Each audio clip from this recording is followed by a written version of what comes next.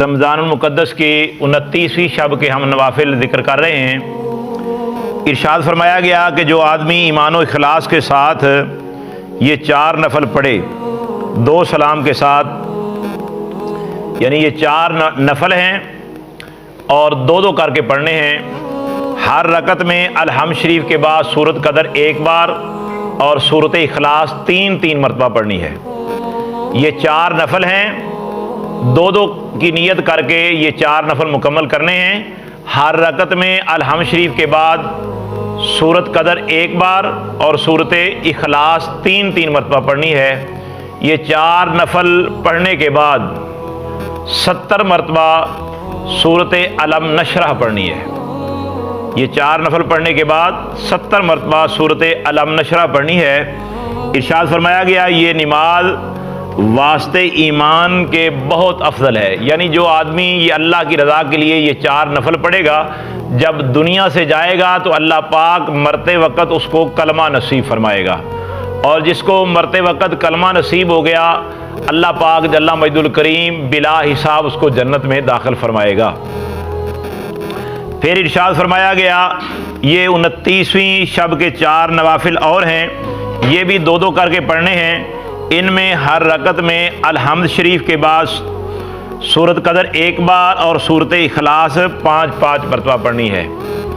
یہ 4 نفل ہیں، 2 کر کے پڑھنے ہیں۔ ان میں ہر رکعت میں الحمد شریف کے بعد سورۃ قدر 1 بار اور سورۃ اخلاص 5 مرتبہ پڑھنی ہے ہر رکعت میں۔ یہ 4 رکعت مکمل کرنے کے بعد 100 مرتبہ پہلا کلمہ شریف پڑھنا ہے، لا الہ الا اللہ محمد الرسول اللہ، یہ 100 مرتبہ پڑھنا ہے۔ انشاءاللہ العزیز اس نماز پڑھنے والے کو دربار خداوندی سے بخشش اور مغفرت عطا کی جائے گی جب وہ صدق و اخلاص کے ساتھ اپنے رب کی بارگاہ میں توبہ کرے گا۔ تو چونکہ آقا کریم صلی اللہ علیہ وسلم نے فرمایا جو آدمی صدق و اخلاص کے ساتھ توبہ کرتا ہے، اور توبہ کرنے کا طریقہ یہ ہے کہ جس گناہ سے ہم توبہ کریں اس گناہ کی طرف دوبارہ پلٹ کر نہ جائیں۔ جیسے بھینس کے تھن سے دودھ نکل آتا ہے نا، تو دوبارہ وہ تھن کے ذریعے واپس نہیں جاتا، اسی طرح جس گناہ سے ہم توبہ کریں اس گناہ کی طرف ہم پلٹ کر واپس نہ جائیں۔ اور آقا کریم صلی اللہ علیہ وسلم نے ارشاد فرمایا التائب من الذنب کمن لا ذنب لہ، جو آدمی توبہ کر لیتا ہے وہ اس طرح ہو جاتا ہے جیسے اس نے گناہ کیا ہی نہیں۔ اور اللہ پاک نے پاک قرآن میں فرمایا کہ جو آدمی توبہ کر لیتا ہے تو اللہ پاک اس کے گناہوں کو مٹا دیتا ہے، اور جتنے گناہ اس کے ہوتے ہیں اللہ پاک ان گناہوں کی نیکیاں بنا کے اس کے نام اعمال میں ڈال دیتا ہے۔ یہ واللہ ذو الفضل العظیم، یہ اللہ پاک کا فضل عظیم ہے ہم پر کہ اللہ پاک نے ہمیں یہ مبارک راتیں عطا کی ہیں۔ ہمیں چاہیے کہ ہم ان راتوں کی قدر کر لیں۔ عدل کریں تے تھر تھر کمبن اونچیاں شانہ والے، فضل کریں تے بخشے جاون میں ورگے منہ کالے۔ معلوم نہیں آئندہ ہمیں رمضان مقدس نصیب ہو کہ نہ ہو، اس لیے میں عرض کروں گا دین کا ادنا طالب علم ہونے کی حیثیت سے کہ اپنے گناہوں سے اپنے مالک و خالق سے صدق و اخلاص کے ساتھ توبہ کر لیں، اپنے گناہوں کی معافی مانگ لیں، وہ بخشنے والا ہے۔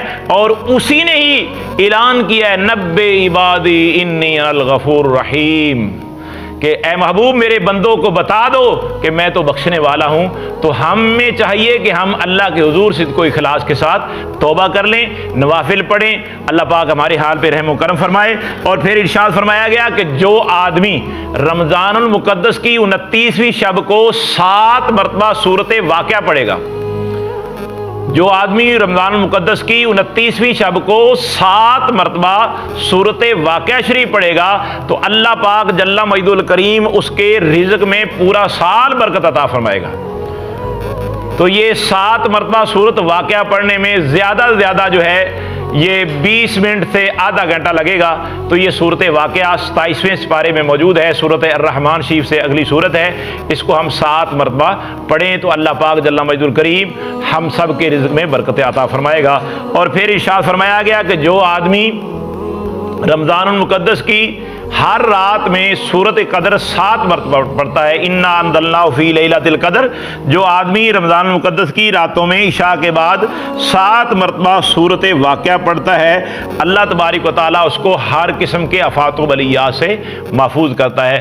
اللہ پاک ہماری حاضری قبول فرمائے، اللہ پاک ہمارے روزوں کو قبول فرمائے، قرآن پاک کی تلاوت کو قبول فرمائے۔